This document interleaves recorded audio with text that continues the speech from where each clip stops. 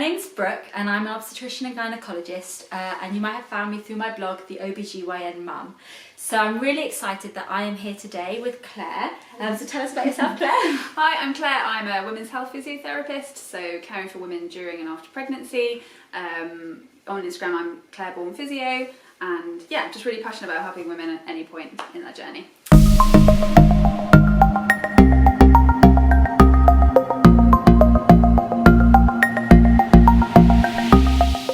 So we're here today to talk about a topic which is so important to me. I know we've both experienced it with our own pregnancies, and that is pelvic pain in pregnancy. And so we wanted to kind of give you some pointers about what happens when you start to get pelvic pain in pregnancy, what you can do, and also some tips about sleeping in pregnancy as well. So we're going to get started.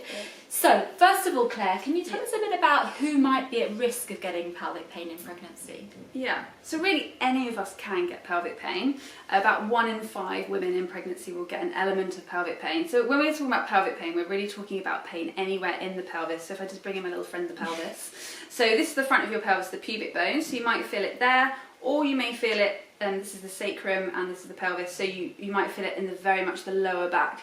So anyone can get it. You're more likely if you say you had a previous trauma to the pelvis, whether that was from a car accident or maybe you're a horse ride and you fell off a horse. Also, if your weight or your BMI is higher going into pregnancy, you are slightly more at risk.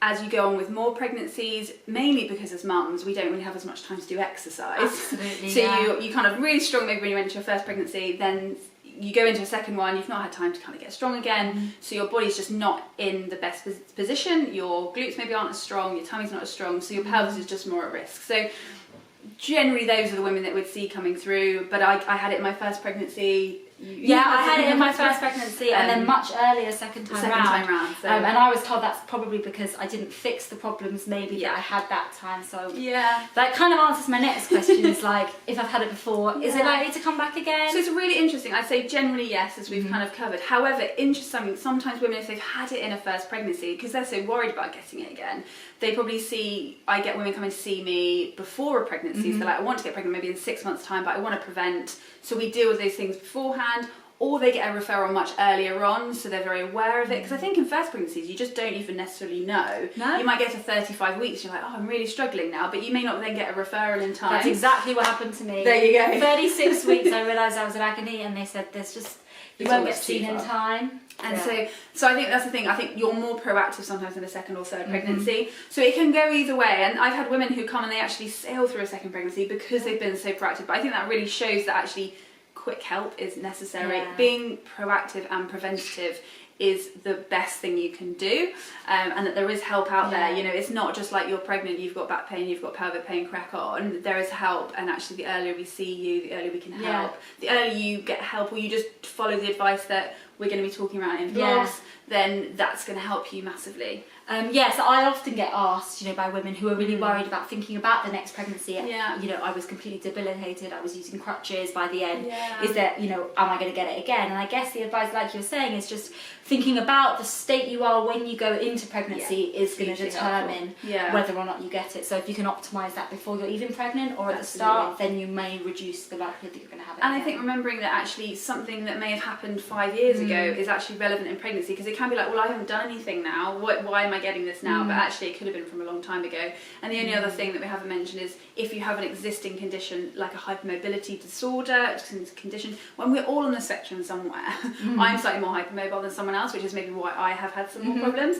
But hypermobility is a thing. So if you are known to have a hypermobility syndrome, you must ask for a referral early, because you will be much more at risk than someone else. Okay, fantastic. That's really helpful. Okay, so we'll kind of mention the word prevention a little bit. So hopefully there are some people that are going to watch this video that maybe haven't had any problems with pelvic pain in pregnancy, or women maybe they've had it previously.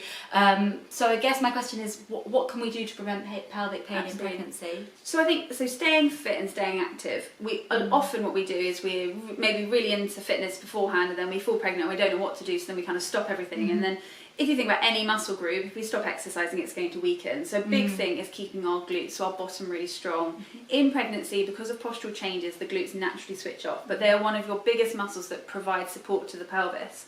So even if you can't do anything else, even doing some sit to stand exercises, some squats, those will be some of the best things. So actually keeping active. Not necessarily what I mean by active is just walking, because actually walking can be a huge aggravator for people. They're like, but I'm still walking half an hour every day, but that's actually causing the problem. So maybe finding a Pilates class and working on Pilates from early on in pregnancy, once you're maybe through the nausea phase, is one of the best things that you can do. Day-to-day things, so not sitting cross-legged, as we are probably both doing. That's a huge thing, and you can often not realise. Working on your posture when you're at your desk, so if you've got, lots of us have desk jobs, don't we? And we end up in this really slumped posture. So even just taking a rolled up towel into work and placing it in your lower back can hugely impact and help. When you're things like carrying toddlers, like if you're a second time mum now, try not, now we both do it, we've just been discussing it, we both do it with our toddlers, but just being aware that if you're carrying only on one side, you're putting the other side very much at risk, and you're potentially switching off muscles that you need to support the pelvis. So always trying to alternate, and if the child is old enough, trying to educate them that, you know, mummy's back maybe is a little bit uncomfortable. That's what I have to say to my daughter, mummy's got an ouchie back. And then she's like, okay, mummy's ouchie back. So she cognitively is of an age where she can start to understand it. So my daughter definitely doesn't get it yet. No. So it depends where you're at in that journey of motherhood, but just trying where you can to change things, not doing heavy lifting where you absolutely don't have to, you know. Asking for help, vacuuming is like one of the worst things for pelvic, or for getting pelvic pain or aggravating pelvic pain. So one more reason to say, I just can't. Your other half has to do it. Maybe if you can invest the money, like if you can get something like that, just for a short period of time, just to help out. Absolutely. If you can offload certain jobs, then you just don't want to be putting yourself under undue pressure. Absolutely, and I think just the main thing is keeping strong and actually. Doing exercise. Exercise is good for us, it's safe. If you don't know what to do or you haven't exercised before, Pilates is the best, as you were saying. You know, cross trainer, cycling, things that don't load the pelvis too much. They're a great place to start. Swimming, but not doing breaststroke. You can if you're not getting pelvic pain, but if you're starting to get some niggles of pelvic pain, mainly in the pubic bone, then breaststroke is something to just ease away from. I'm a big fan also of spinning, but I tend to do it on a slightly higher resistance so that my legs aren't spinning uncontrollably. That's a good idea, just because I feel like that takes the pressure off of my pelvis, but it's quite a good way. Spinning is great. I think spinning, and I think it seems like, oh, it's just too sweaty and my heart rate's going to be too high, I'm going to get too hot, but you know, you can regulate it. That's the lovely thing about spinning, is you can control it. Exactly. And all this information is going to be on the blog post, and we're also going to link in some recommended resources we've got for people that we would say is great to follow for pregnancy, for exercise in pregnancy in general. So once you've watched this video, check out the blog as well. That's all really useful. But hopefully everyone will try to prevent their pelvic pain. But imagining a situation where we've tried to prevent it, but unfortunately we're still getting pelvic pain. We either go to our GP or our midwife, or we can ask the obstetrician, and hopefully they'll refer you to women's health physios. So that's where I kind of hand over to you. So what can we expect from your first women's health physio appointment? So it does depend on where you are in the UK and your trust. For some, we were just talking about this before, you might go into an education class first. So it might be the quickest way to get access to somehow it would be to sit down, you have a physio talking to a group of mums who've maybe all got similar symptoms and give you the advice and exercises. You'd go away for a week or so, and then you could probably call up and book an appointment. So that's one access route. Once you come through and you're seeing on a one-to-one physio, what we're looking at is a multitude of things. We're looking at how you stand, your posture, how you're walking, how you move on and off the bed. We're checking your pelvic joints. We're confirming that actually there is a diagnosis of pelvic girdle pain there, and it's not something else. It's not maybe coming from the hip joint or the lower back, because sometimes things can refer from somewhere else. We'll be looking at your upper back as well, because actually your upper back hugely influences what else is going on lower down. So we'll be doing a full assessment and then giving you tailored advice, because we're all different, and actually what works for one person doesn't necessarily always work for the other person, and that's why it's very difficult to give generalised advice. Also, we're going to work with you what your goals are. If you're a mum of 4, it's very different to if you're a first time mum, and giving you advice to do 5 exercises a day is probably not going to happen. So so we'll just be working with you about what is realistic for your life, what your job is. If you're on your feet all day, your advice will be very different to someone who is sedentary and sat down all day.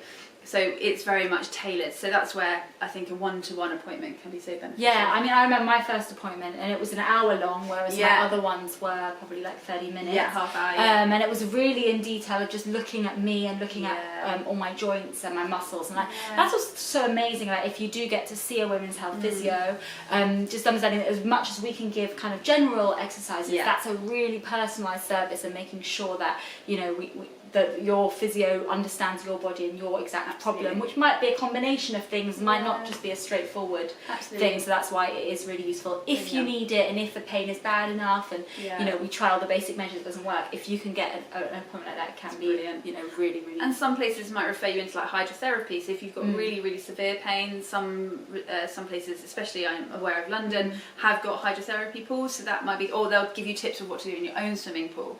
So there's just so much that we can do on the one-to-one and tailor it, but you know, the general advice is the same for all. So we all have to do it, even if we're having one-to-one. I always remind people, but are you doing your basic stuff? Because I can help you, I can treat you, I can give you a belt, but actually if we're not doing those everyday things, we're still causing problems for ourselves. Excellent. So what can be done, or what exercises are good for someone that, you know, has been told, maybe you have a group session, or maybe a physio tells you you've got pelvic girdle pain, what exercises are really good to do? So things like pelvic tilts are really good, so we've got a video about that.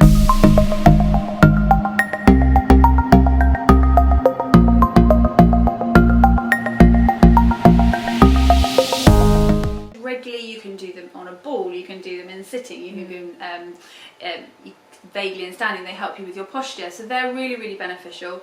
Anything that works your bottom muscles, your glutes. So in early pregnancy that might be like a glute bridge, which lots of people do in Pilates.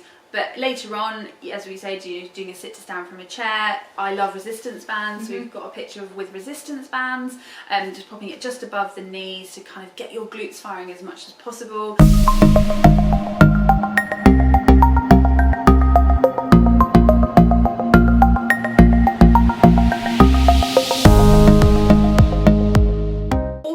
Remembering that it's not all just about the pelvis, that actually working what we call the thoracic spine, so this bit of your spine basically up a bit, and making sure that is still mobile and not getting really stiff, which through, you know, when we're pregnant our breasts get bigger, we're generally slumped forwards because of that increased weight, we then don't move our upper back as much, maybe we're still, some women will still be breastfeeding or bottle feeding, so there's a lot of that sort of posture.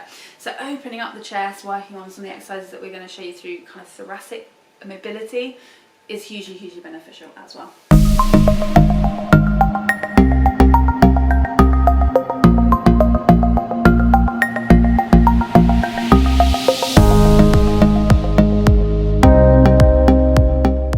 Really good. Okay, and then, you know, we were really lucky that we've done this video in conjunction with our favourite pregnancy pillow brand, and that is, you know, we both loved this brand before we ever worked with them, and that's the bbhugme brand, who make amazing pregnancy pillows, and they're also very passionate about kind of preventing pelvic pain and that sort of thing. And so one thing that I wanted to just bring in is some tips maybe that you have about how best to use the pillow for kind of pelvic pain as well. So we've got our lovely pillow here. Oh, I just love it, so soft and feeling. So really with sleep, what you're thinking about with the pelvis is symmetry. So if I just bring the pelvis back in, obviously because your hips and your legs come from these two sockets here, if you're on your side and your legs aren't supported, it can really drag forwards on the back of your pelvis. So especially if you're having pain at the back, or you can get a lot of compression at the front, because it can feel incredibly bruised and incredibly tender. So basically what you're using the pillow for is to provide symmetry. So if these are your legs, you're thinking that you don't want your legs dropping into each other or sleeping with one leg sort of up and over. You want them either side of the pillow, so they're nice and supported. And what's so lovely about this pillow is that if you change these bits and you push them in, you can actually make the whole pillow firmer. So depending on where you're at in your motherhood journey, pelvic pain journey, you can change it so it's as comfortable as possible. For some of us it will be really helpful to actually put it around the bump, so under the bump or even around your waist, because For some, I'm more curvy. I've got a wider pelvis than someone else. So for me, if I actually lie on my side, I slump a lot. I lose my waistline, and actually this pillow allows me to keep that. So yeah, so I'm loving sleeping with this. We've both been talking about it. We've both had some pelvic pain, and this has actually really helped us comfort-wise for nighttime and morning. And also when I've been doing all the exercises, this is what kind of helps in the nighttime to continue that support going during the day. But we've both, the biggest problem with this pillow is we've both had to fight our husbands for it. I think in the middle of the night I've woken up, I'm like, that's mine, give it back. Yeah, and our toddlers love them too. Yeah, exactly. So I have to say that it's a very honest recommendation. Yeah, I was recommending it before I was pregnant first time, because lots of women I worked with were like, have you heard about this pillow? And they found it really helpful. So that's when I looked into it the first time. So, but we are now using it for real. So that's everything that we wanted to cover today. So thank you guys so much for watching. And we'll pop a link under this video as well to the blog, which has all of the exercises that we've mentioned. And so it's easier to just see visually, then head over to that. And follow us both on Instagram. I'll put our names underneath as well, where we share lots more tips and information. So thank you very much.